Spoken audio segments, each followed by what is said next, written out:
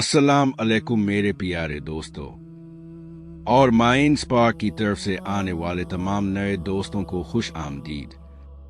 हर दौर में इंसानियत को अंधेरों से निकालकर रोशनी की तरफ लाने के लिए अल्लाह ताला ने उन्हीं में से एक अजीम इंसान को मुंतखब फरमाया, एक ऐसी अजीम हस्ती जो जन्नत से जमीन पर तशरीफ लाई, जिनका मकसद पूरी इंसानियत को सीधा रास्ता दिखाना और लोगों को अल्लाह के करीब करना था, जिन पर नबूवत का सिलसिला मुकम्मल हुआ और जो सरदारुल अंबिया कहलाए। वो अजीम हस्ती थी।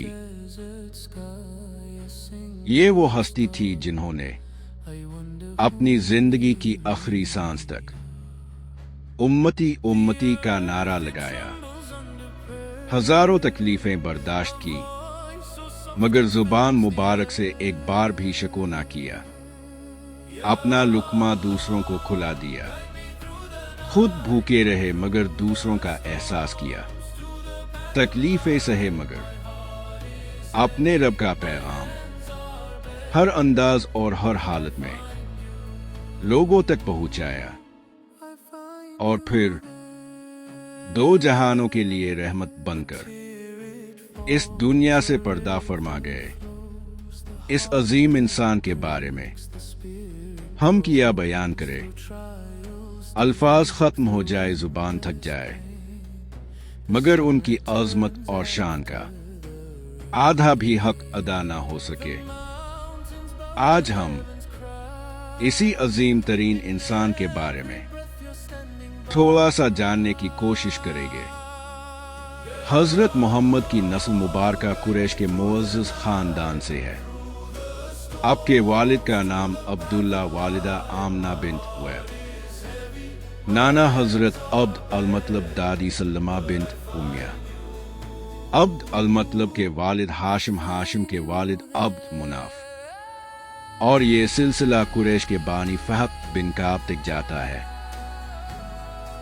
ये सिलसिला हमारे प्यारे नबी की अजमत और शराफत की निशानी है, जो हर मुसलमान के लिए फख्र और रहनुमाई का जरिया है। सोचिए, अगर आज की दुनिया से अचानक इंसाफ, रहम और इंसानियत के मानी खत्म हो जाए तो ये दुनिया कैसी लगेगी। अब जरा पीछे चलते हैं, आज से 1400 साल पहले, जहां बेटी को बोझ समझा जाता था, जहां ताकत ही सब कुछ थी, जहां गुलाम इंसान नहीं बल्कि सामान समझे जाते थे, और जहां कमजोर की कोई आवाज नहीं थी। ये वो दुनिया थी जहां इंसान इंसान का दुश्मन था। और फिर इसी तारीकी के दिल से एक ऐसा इंसान उठता है और बगैर किसी फौज के दुनिया की सोच बदल देता है। वो कहता है, काला हो आ गोरा, अमीर हो आ गरीब, सब इंसान बराबर हैं। ये कौन था? ये मोहम्मद थे। मोहम्मद की पैदाइश मक्का में हुई। पैदाइश से पहले ही वालिद का साया उठ गया और 6 साल की उम्र में मां भी दुनिया से चली गई। एक यतीम बच्चा जिसके पास ना ताकत थी,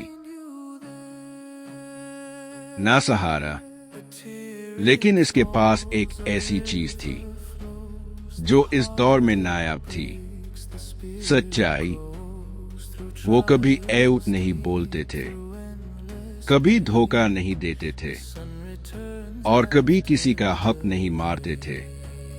लोग उन्हें एक नाम से पुकारने लगे, यानी सच्चे और अमानतदार। हत्ता कि उनके दुश्मन भी अपनी कीमती अमानतें उन्हीं के पास रखवाते थे। 40 साल की उम्र में मोहम्मद तन्हाई पसंद करने लगे, मक्का के शोर से दूर। सोचते, गौर करते और सच की तलाश करते। और फिर एक दिन तारीफ का रुख बदल गया।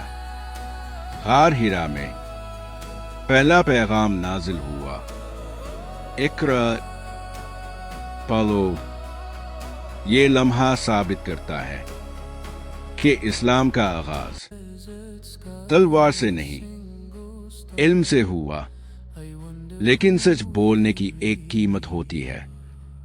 मोहम्मद पर हंसा गया, उन्हें झुटलाया गया, उन पर पत्थर बरसाए गए, अनसमय जिबई भूख दी गई और जख्म दिए गए। ताइफ की गलियों में इतने पत्थर मारे गए कि खून जूतियों में भर गया। इसी लम्हे फरिश्ते ने कहा, अगर अब इजाजत दे तो इस बस्ती को उलट दिया जाए। लेकिन मोहम्मद ने जवाब दिया, नहीं, शायद उनकी औलाद कभी सच को पहचान ले। ये बदला नहीं था, ये रहम था, और यही रहम दुनिया को बदलने लगा। मोहम्मद ने सिखाया कि औरत इज्जत के काबिल है। अमीर और गरीब एक ही सफ में खड़े हो सकते हैं, और असल ताकत अखलाक में है। 1400 साल बाद भी मोहम्मद का दिया हुआ पैगाम दुनिया के कोने कोने में जिंदा है। 2 अरब से ज्यादा लोग उनके तरीके पर चलने की कोशिश करते हैं, ना किसी मजबूरी से, ना किसी डर से, बल्कि यकीन से। मोहम्मद कोई अफसाना नहीं, वो तारीख के सबसे ज्यादा असर रखने वाले इंसान हैं। अगर आप इंसाफ